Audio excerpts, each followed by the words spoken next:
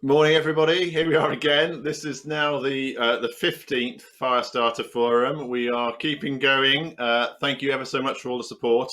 The topic, it feels a bit spring-like, doesn't it? I don't know what it's like where you are, but it's certainly a bit brighter. Still a bit cold and wet, but definitely brighter. The topic today is all around technology. Lots of amazing things have gone on in the last year. And what we're going to try and do today is have a bit of a conversation around what we've learned and where it's taking us. So where next with technology and what is it doing for the way that we're working? As always, here's just a couple of bits of housekeeping before we start. So the plan for the next 75 minutes, we're actually going to start by welcoming back Colette Norbury, who joined us 2 or 3 weeks ago in our 14th Firestarter Forum. Where we talked about mental health and employee well-being. We've got a few bits of follow-up to talk about as a result of that. Then I'll do a bit of a scene set on this whole topic for today. We'll have breakout sessions. Many of you will remember in the past we've done some quick fast sessions. We're going to do one of those today. We've got a little bit of a video to show you, and then our increasingly popular 5 minutes with session, where today Dave Harries interviews Frank Nigriello from Unipot, and then we'll just have some interaction discussion at the end to see what thoughts people have had on today's topic. So that is the basic idea for today. As always, just a few little bits of etiquette, just so you know. I know I do this every time, but we do get new people every time, so it's worth just reminding. Everybody will have been brought on mute. Please do have your videos on, especially in the breakout rooms. The best view generally is the full screen view, which you'll find generally, depending on what version of Zoom you are, in the top right-hand corner. The option for that is breakout sessions. You don't need to do anything. You just need to wait, and you will find yourself in a breakout session with some interesting people, hopefully.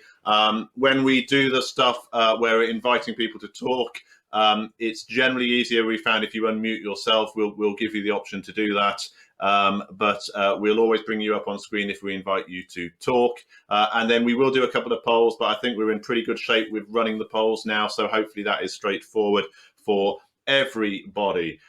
So let's get going. So last month we actually did 2 forums because the first one we did on employee well-being provoked so much conversation that we decided we would do a follow-up one. And I was really fortunate, and actually it's a kind of all very poetic. I went on an event organised by Frank, actually, who we're interviewing later, where I got to meet the people from Oxfordshire Mind, so it seemed really appropriate to give them the opportunity to talk to this community. So it's all very nicely knitted together.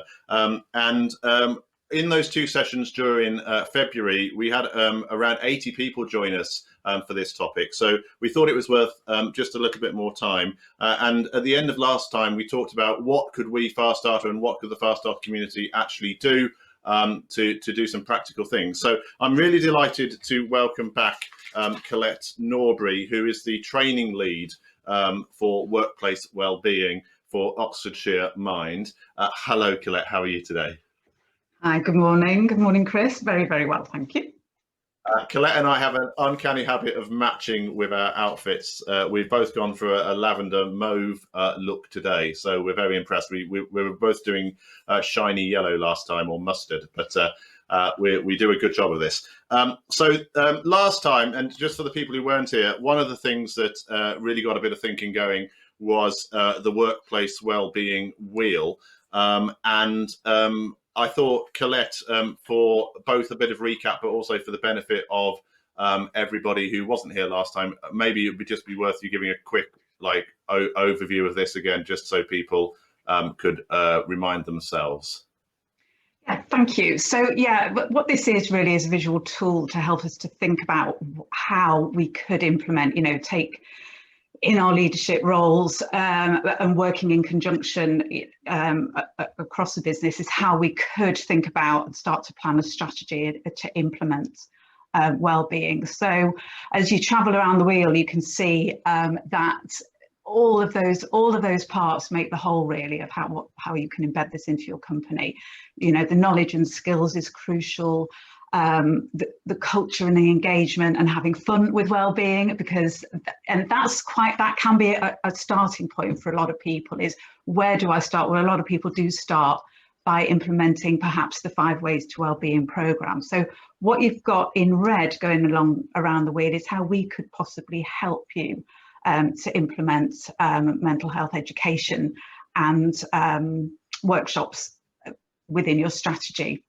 So, and then as you go around as well, it's referring also to how as leaders we can play a part by setting an example, and if it's appropriate to share a little bit of our vulnerabilities at times, because that can really help to reduce stigma and open the door for people to do the same. You know, and using tools. And as we come to the left-hand side of the wheel, there we're looking about the people management side of things and how managers and leads within the organisation can play that part in just learning some tools, because these tools don't come naturally to everybody. So we can learn the tools to help us to support people to stay at work, which is really important. So yeah, that really just kind of demonstrates how we can help. And brilliant. Yeah, and so brilliant. So that's really helpful. And I think what we've talked about subsequently. So in true Firestarter sort of mode, we're always really interested in how we can translate this into some practical doing things that actually start to make things to happen. So we spent a bit of time with Colette and some of her colleagues trying to work out how we could get something structured. And you have a number of standard courses, but things that we think would be really interesting for this community. So we've got 3 of them here, and I think, Colette, if you want to just talk a little bit about each one of them, then it's quite useful for people to understand what's available. Thank you. Yes. So starting with the mental health first aid accredited course, it's the equivalent of 2 days, and in the online format, it's, as it says here, is 10 hours of online training with some independent learning as well. But the purpose and what you can gain by becoming a mental health first aider is an in-depth understanding of mental health and the factors that can affect well-being, practical skills. Loads of people talk about the practical skills that they learn on the course to be able to spot triggers and signs of mental health difficulties, and to develop that confidence to step in and know what to say and how to reassure and support a person who's in distress. Think of it as, you know, if you're a physical first aider, you know what to do.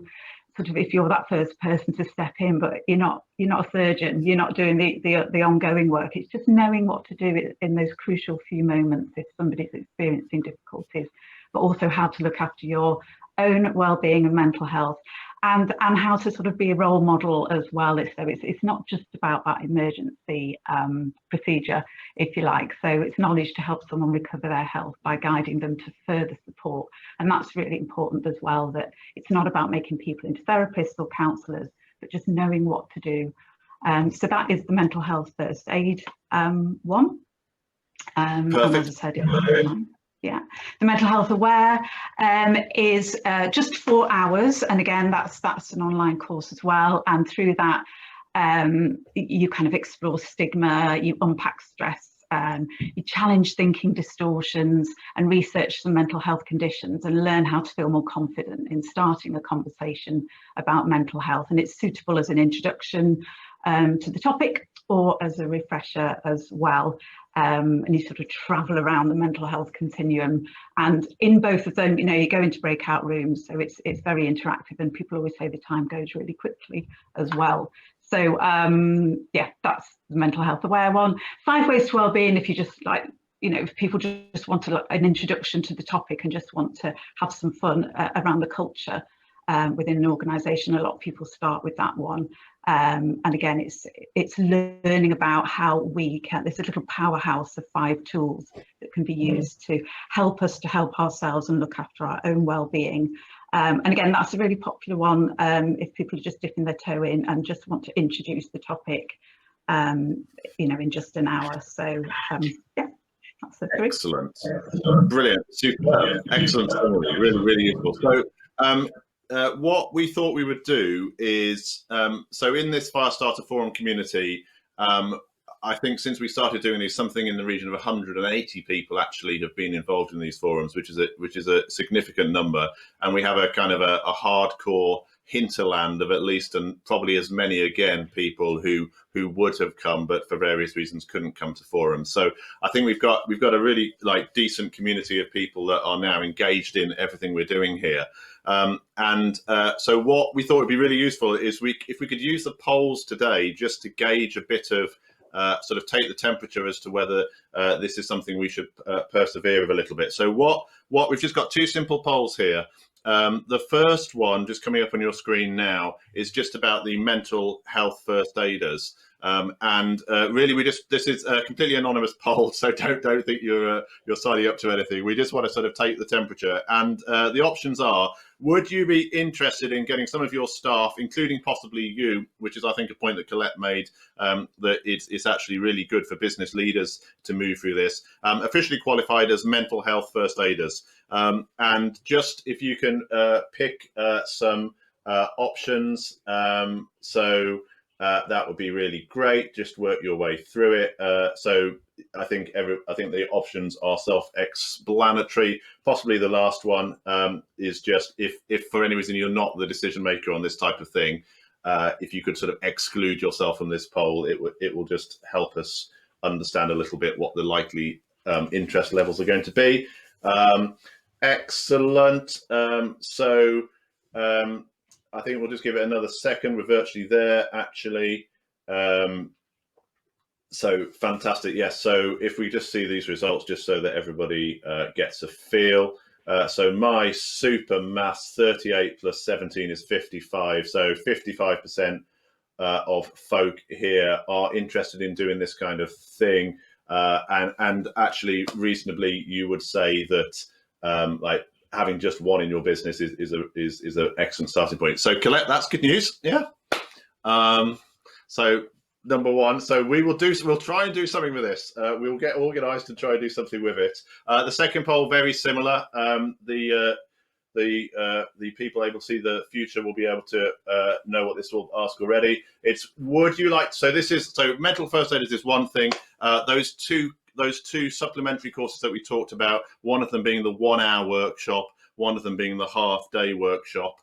What kind of interest is there in those? So either the 1 hour, the half-day, or actually both is an option. And then similarly, if you can discount yourself if this is not your area of influence in your business. So again, interesting, and this is going to be even tougher on my maths skills. So just give it another second. Boom, boom, boom. Okay, if we roll that, that's great. Let's just look at these results. And same story, lots of interest. So 21 plus 13, 34, 59%. So nearly 60% of folk are interested in doing this. From this admittedly quite niche sample, but beautifully niche, everybody. But if we extrapolate that to our broader numbers, I think that gives us a good idea. So Colette, good news, I think. Yes? Thanks very much. Yeah, and obviously if anyone wants to find out more or just have a chat, more than welcome to do that. Brilliant. So what we'll do, Matt Wheeler specifically, is we will follow up on this with everybody. Just get more information out there. We'll take it to our broader audience, and we'll see where it takes us in the next couple of weeks. So that's really exciting. The last thing we'll do, Colette, and I'm a bit behind time, so I'm going to have to do my next bit speedily, everybody. The final thing is it's Mental Health Awareness Week in May, and I know we'll try and do something again, perhaps in the May forum on that. But Colette, do you want to just give us a little bit of background on that, just to leave us with? So the Mental Health Awareness Week is hosted by the Mental Health Foundation. You can find out more about them online. But what I'm really delighted about is that the theme this year is nature. And the evidence is really clear that access to nature is crucial for our mental health. I'm sure we've all learned this definitely over the last year. So, and I suppose it's an opportunity to think, with that week coming up, the 10th to the 16th of May, even if it's the smallest thing that we can do to increase our awareness of mental health, whether it's watching a TED talk or or booking a bit of training for yourself. It really, just to think about by that time in that, or what could we be doing in that week as a business, just to raise awareness.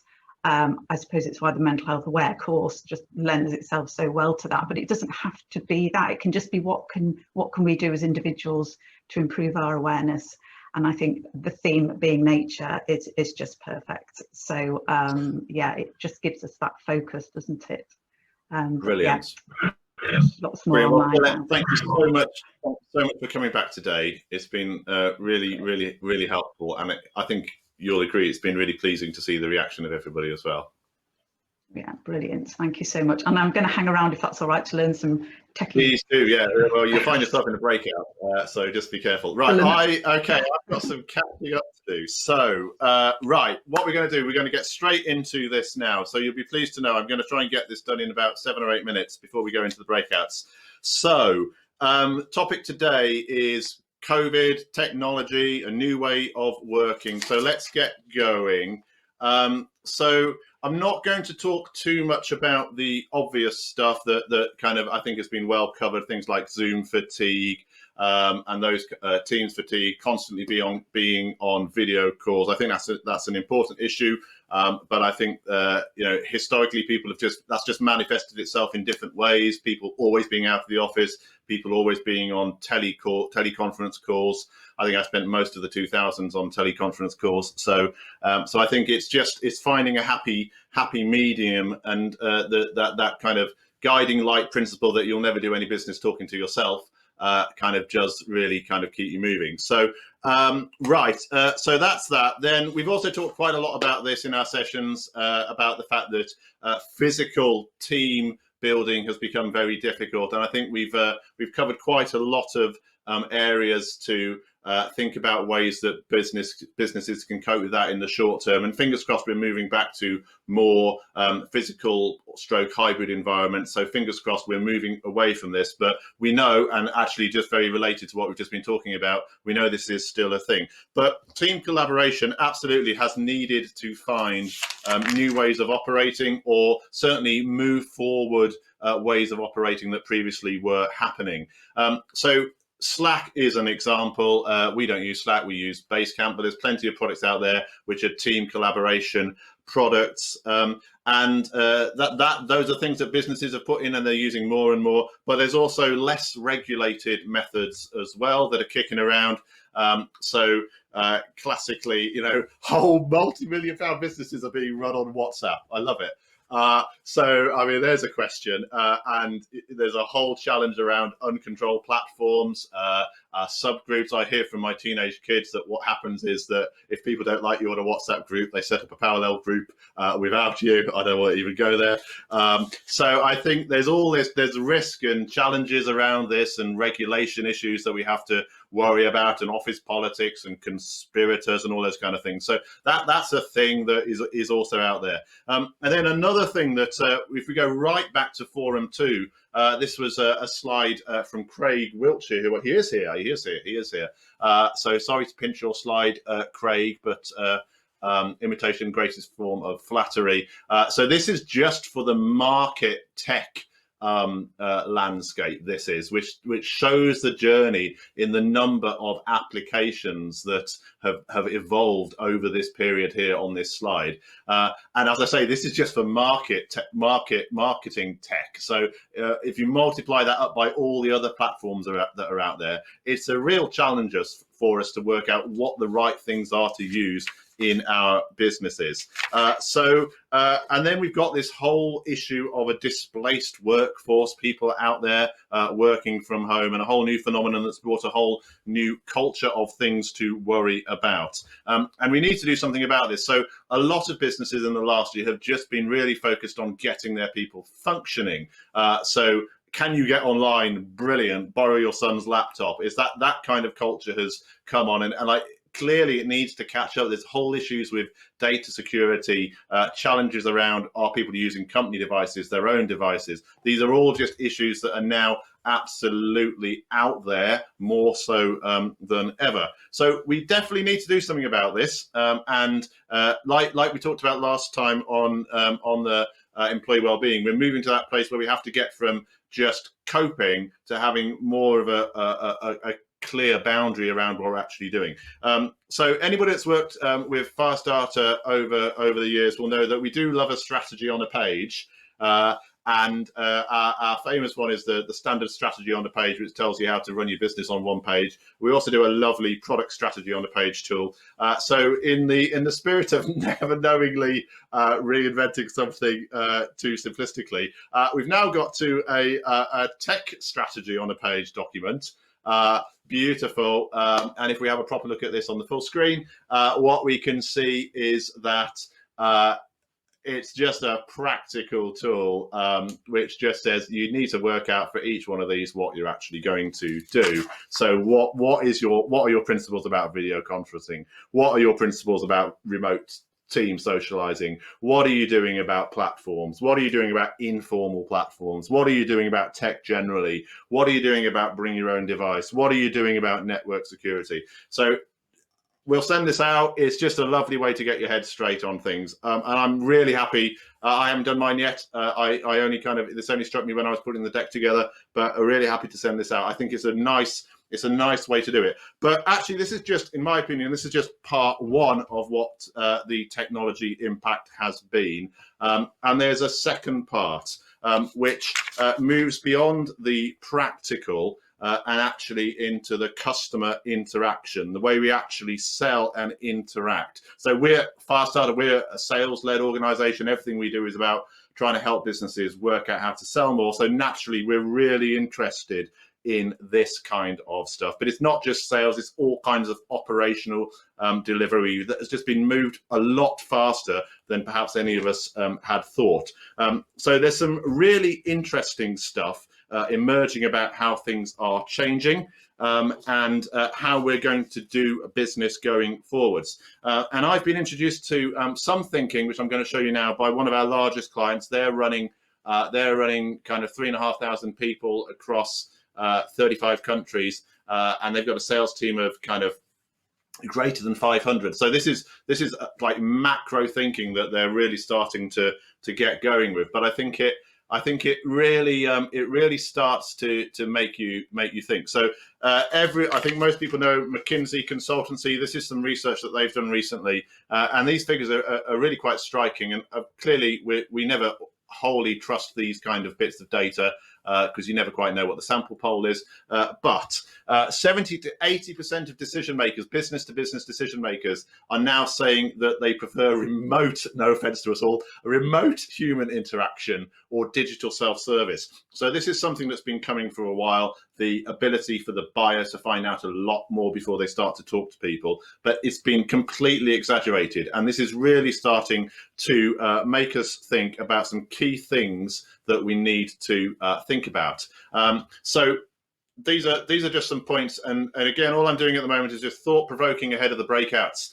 So the way we sell is changing, and actually specifically how a team can be engaged in the sales process is changing. So the historic one person, two person going around seeing people, going to meetings is changing. You can swoop in a team of people or subject matter experts at just the right moment in the selling process, and it completely changes the nature of a team sell into an organization. And this is actually starting to change the whole way that a traditional sales function might look. So what roles are needed to support a virtually led sales process?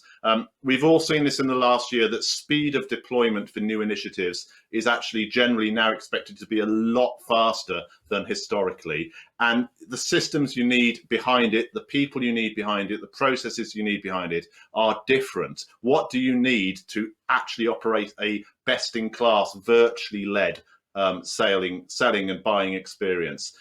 Not least managing the fact that so much of it is back to back. How do you get your support structure to make that work effectively? So lots of things to start thinking about. And what is it telling us to think about? If we move on, it's potentially businesses are going to need different types of structure, different types of role types. This will probably bring cost efficiency. If you talk about a large organization, if there's an opportunity to change the role types, remove expensive resource, replace it with different types of resource, it's really quite interesting. What type of tech is needed? What type of training? What type of tools? How do you differentiate from the next person? And how do you marry this up with your delivery infrastructure and general operations? So for me, I think this is a really significant stream of thinking for the next few months. And you have to go back, as always, to the buyer desire of wanting to operate more in that type of way. So now it's your turn to talk about this. So we had, I think it's interesting to separate the two things. There's the practical bits that we talked about first, which I think it's just about, with any leadership and management thing, it's about getting your position straight and then executing a plan around it. So that's the practical stuff. But then there are these bigger pictures of actually what technology is telling us we need to do with our organizations and the way buyers want to buy. So we're going to do two things. We're going to do breakouts and we're going to do quickfire. So the quickfire, the way that works is all you have to do is, over the next 15 minutes or so of your life, just make a point of answering this question for yourself. What's the best new technology you have started using in the last 12 months? Make a note of it, and then we'll do a quick round the room, pick some people, have a bit of chat. So what's the best new technology you have started using in the last 12 months? And remember from what we were showing Craig Wiltshire's chart, how many tech platforms there are out there now. It's crazy. And then for the breakouts, standard 15-minute breakout. There will be a facilitator in your room, hopefully. If there's not, somebody just needs to volunteer. Try to be careful with introductions. Don't forget to think about the quickfire. Keep an eye on the time. And the topic we're going to talk about is, here we go.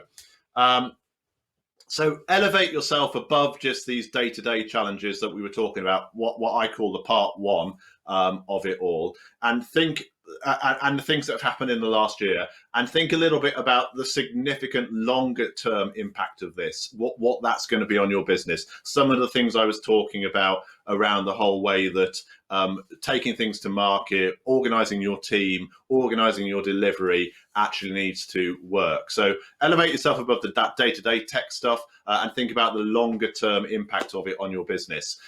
If the facilitators can make a point of certainly afterwards getting thoughts and comments through to Matt, then what we'll do at the end, we'll garner it all together and we'll have some interesting conversation.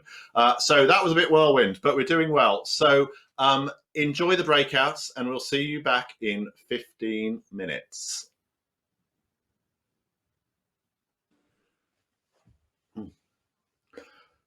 Hi everybody, welcome back. I hope you had a good time in the breakout rooms.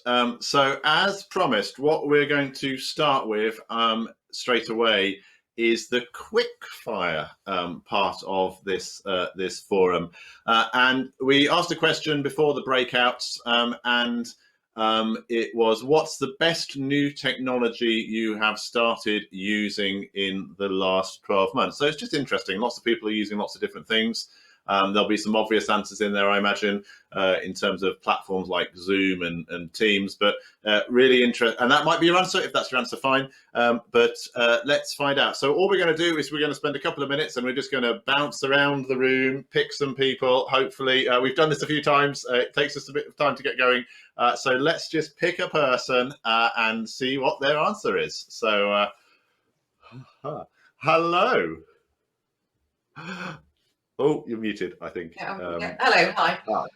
Hi, very nice to meet you. Right, so what's the best new technology you've started using in the last year, would you say? Well, it may sound a bit basic, but I'm afraid, but actually the screen sharing, be it in Teams or Zoom, because really I can be doing exactly what I was doing in the office, okay, without the human interaction, but without an hour and a half's commute in between. So screen sharing. Love it.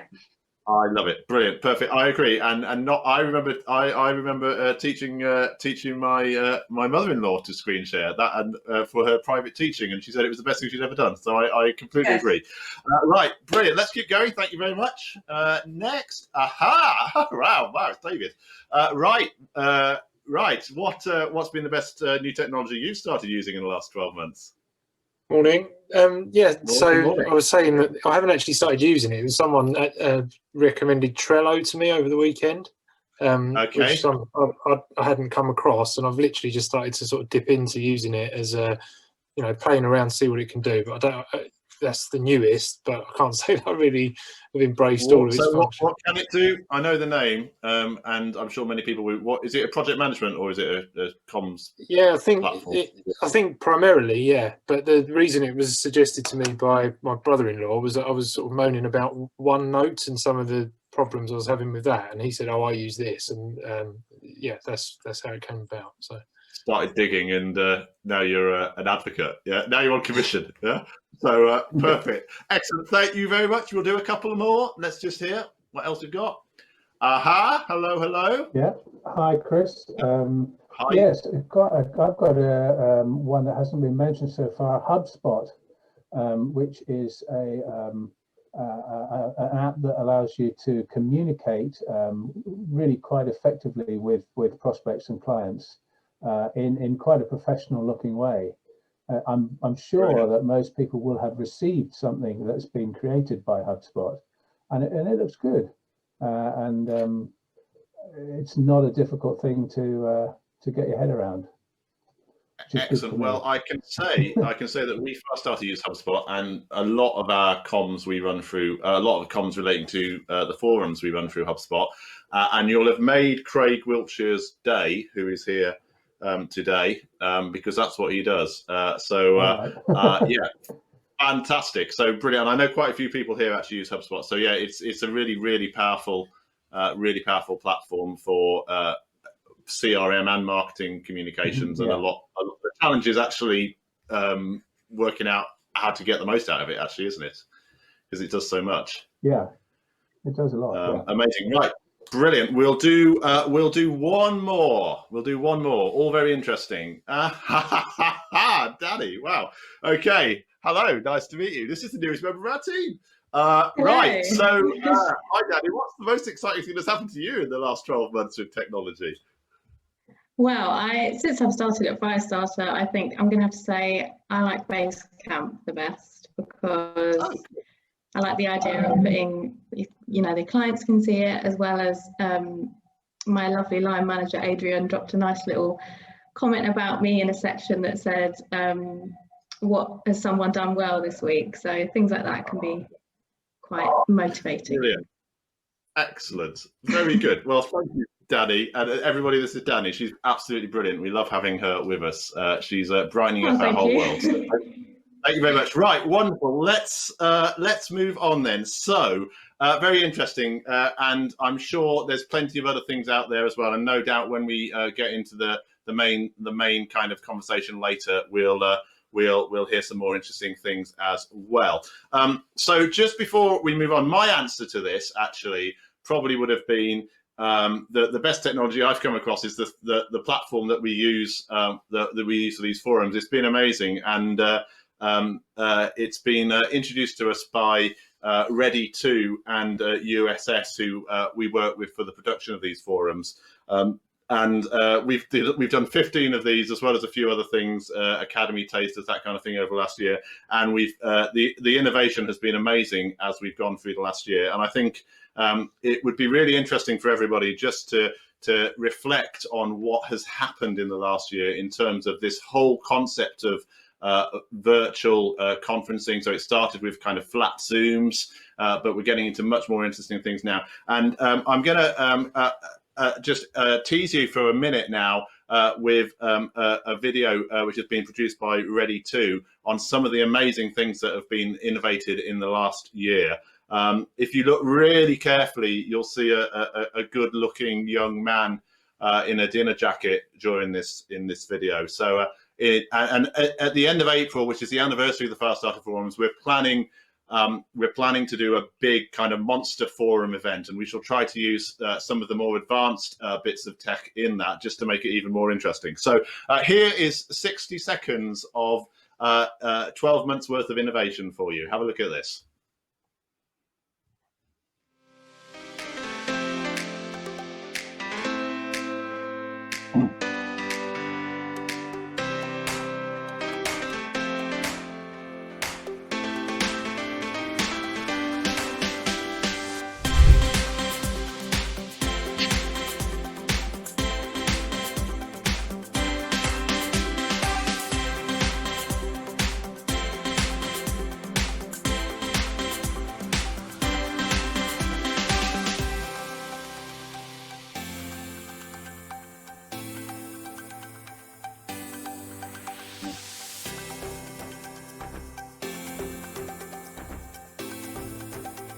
fill your fridge, grab the wellies, and let's get this party started. Triple thumbs up one of there, some of those. Oh, nice, good work.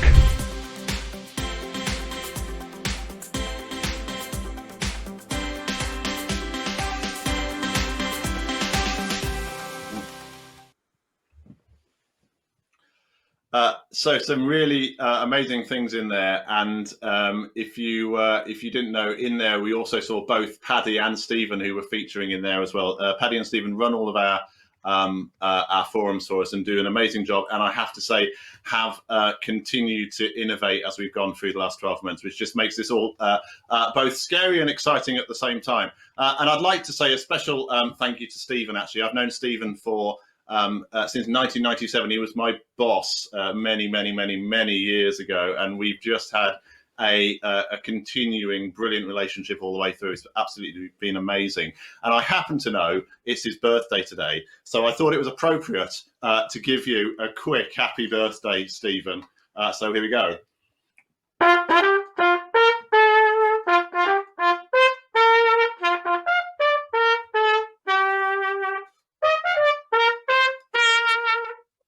Happy birthday, Stephen, from me.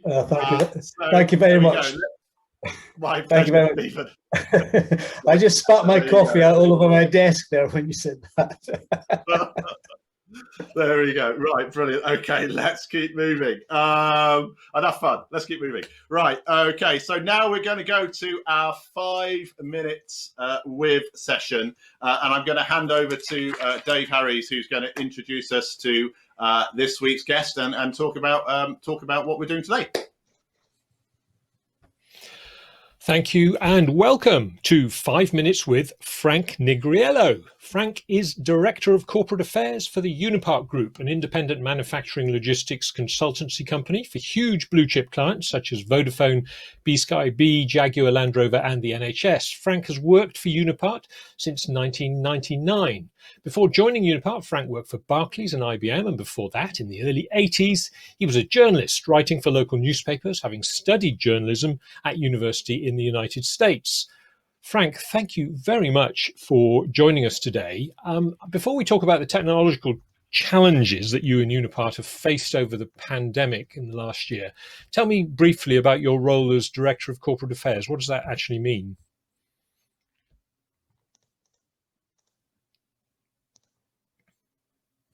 Frank, I think you're muted. If I'm you can, back. Okay, sorry. Yeah, I mostly work for the chairman, and I look after the company's reputation, the communications with all our stakeholders, with government, central government, local government, obviously the media, our employees. So I look after that whole flow, if you like, of the things we talk about and the things we listen to.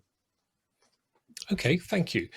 So let's talk a little bit about the last year then. How has that been for you? What have been the technical challenges and how have you dealt with them? Okay, so I mean, whenever they ask me about technology, I always think of an old joke somebody told me about a guy who's driving through the countryside and gets lost and stops a farmer. And he says to the farmer, "Hey, can you tell me the quickest way to get back to the city?" And the farmer takes a minute to think and then says, "Well, I wouldn't start from here." And it's like a really old chestnut, but it's all about the way I think people have looked at technology in terms of pandemic. We didn't start using technologies when the pandemic started. We'd been investing and building a digital system far before that. And what we needed to do was work out how to use the technologies we had in the best possible way to meet some of the key strategic challenges. So we thought, so what's the most important thing to us? Well, protecting our people. That was our priority. We had to make the workplace safe. We had to protect our processes so that we could pay people and we could process things, we could make things happen.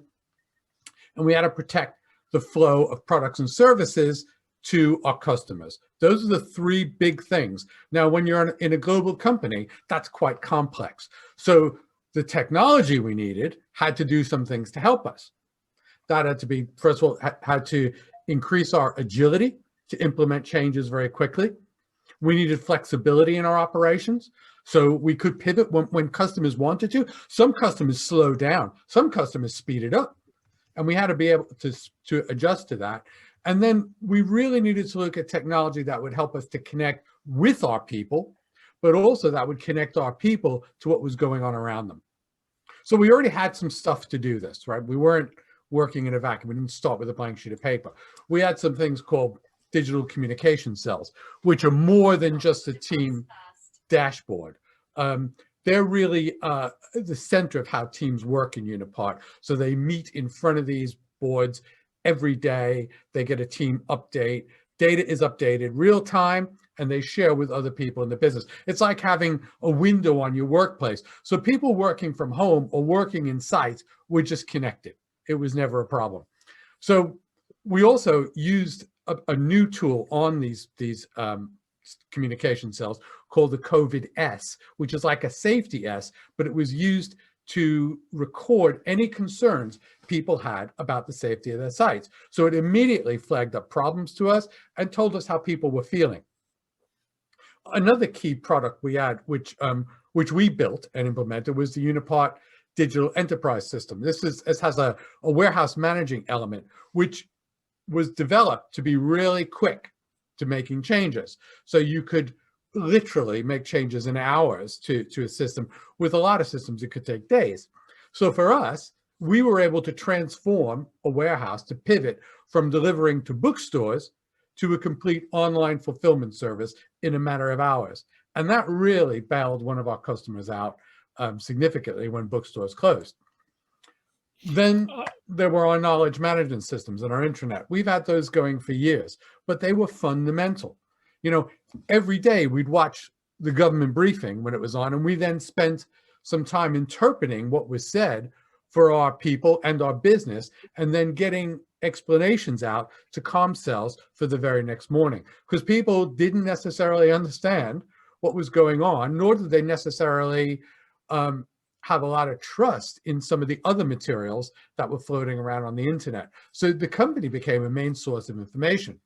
And we created a huge guide called a Roadmap to Return, which is an online guide to implementing COVID secure practices. So all our sites were able to do things in the same way very easily. But most importantly, the systems let us reach people working from home. So we had to find out what equipment they needed and then get it to them if they didn't have it. We needed to know how they were feeling. So we were using company systems to sort of just connect with them with surveys and things to find out, well, how were they feeling at any particular time? And we had to keep them connected, both formally and informally. And that meant we changed stuff that we did. So we used to do a lot of online events, a lot of real world events. People would come in to sites and attend things like a recognition event called Mark in Action, or our leadership conferences. They all became online. So they had to be very professionally produced broadcasts. And that meant we became TV producers on the internet overnight. So I don't think we did anything new, particularly with technology. What I think we did was we adapted what we had because we had already invested in those technologies. And when we were faced with changing almost everything that we were doing and how we delivered value for our customers, those investments paid off. You know, we used it pervasively and got better at what we were doing. And so much so that now a number of our customers have come to us and asked to purchase Unipot's digital products because they can see that, you know, these things were developed at the coal face where people really work and have been used during the toughest time and have worked and been very robust. So if anything, if we were already on a journey of digital transformation, what the pandemic made us do was flip the supercharge switch to get the company to go faster. And I think it's made a huge difference to us. But if we didn't start with the investment years ago, I think we probably would have failed. Well, Frank, thank you very much for that. That was the easiest interview I've ever done. I asked you one question and you answered all my other questions as well. That's fine. You answered every question I had. So that's perfect. Thank you very much for joining us, and thank you all for listening to 5 Minutes With. I'm going to hand you back now to Chris at Firestarter HQ. Thanks, Frank. Good day. Thanks. Thank you. Thanks, Dave, and thanks, Frank. Yeah, easiest interview you've ever done, Dave. I love it.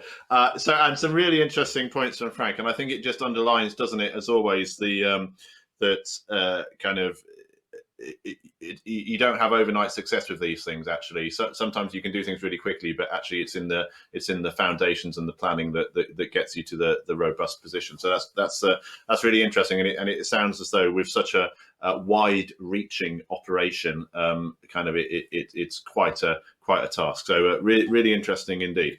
So we have about 10 minutes left, and as always, what we're going to do is we're going to just get a bit of broader feedback from things that everybody's been talking about.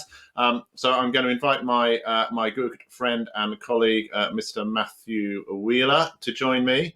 Somebody said to me the other day, it gets a bit like Watchdog when we get to this stage of the forum, where Matt has been beavering away in the background, finding out what the audience are saying and commenting about. So, Matt, do you want to just give us some insights, some overviews, and if appropriate, we'll bring some people in for some quick discussion. Yeah. So chat's been going crazy again, as we said. So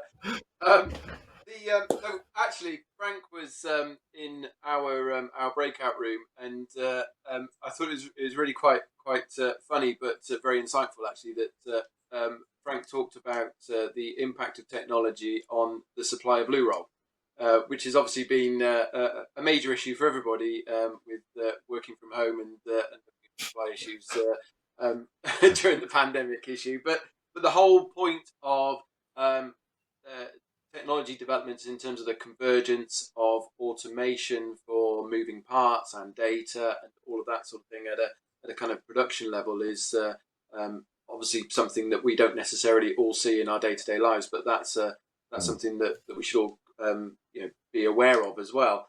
But in addition to that, we had Peter Jackson was in our room, who's very much involved with live events and conferences, incentive travel. His business has completely changed, and as we saw on the video, the use of sort of new technology has opened up new opportunities for them. We also had Phil Chalk in our room as well, talking about the impact of new technology on recruitment, with the ability to do video interviewing and breaking down the boundaries in terms of location of people and working remotely, flexible working, all the kind of issues that we're all facing there. And again, that's been really positive in that sense, because it opens up a completely brand new market to people that may have previously been closed. The other thing I do want to mention was there's one group that had Terry Cooper in it, who has mentioned the fact that through the use of new technology, he's actually been able to open up a business in Australia, and has really made his business global. So it'd be interesting if we could get Terry on screen to just give us a quick overview of how he's managed to do that. Here's Terry. Good morning. Yes, it's been possible with, if you think back to old technology, I had to travel to Australia back in 2011 to get an arm of their business up, and it took months and months to do it. But with the rethinking with modern technology after March last year, we've been able to open up groups back in Australia and in other countries around the world, and become a global platform much easier and quicker than we possibly could have done before. So new technology has helped us open up in other markets very effectively. Brilliant. I mean, really interesting. And I think the whole position on ease of access to geography is amazing, isn't it? And I think when Matt was talking about the recruitment piece, it was making me think that I know lots of people are now they're far more location agnostic, aren't they? Where they hire their people from, they just want the best people. And we Firestarter, we've had the same experience. Our ability to operate in kind of multinational markets has just exploded, because all the kind of practical issues have gone or have changed. So time zones are still a problem, obviously. Yeah.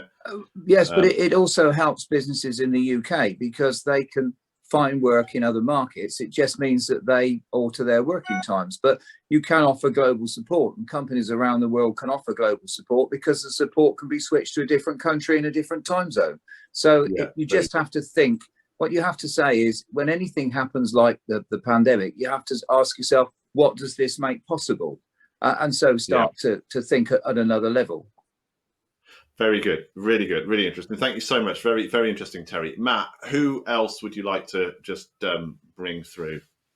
So I think it'd be interesting to talk to Paul Feeden, actually, because in his group, they were talking about the positives of Zoom and Teams and all the kind of digital communication methods, but also the limitations of that in terms of the difference between face-to-face and kind of virtual comms. And when you've got kind of younger or less experienced members of staff in your organisation that would ordinarily benefit from sort of being involved in sessions with more senior members and getting exposed to things that generally happen on a face-to-face basis, we're kind of missing out on that potentially a little bit. So that, you know, whilst there are lots of positives, there are some limitations as well that could be potentially holding people back a little bit. Yeah, Paul, just elaborate. Yeah, I've got fence envy as well.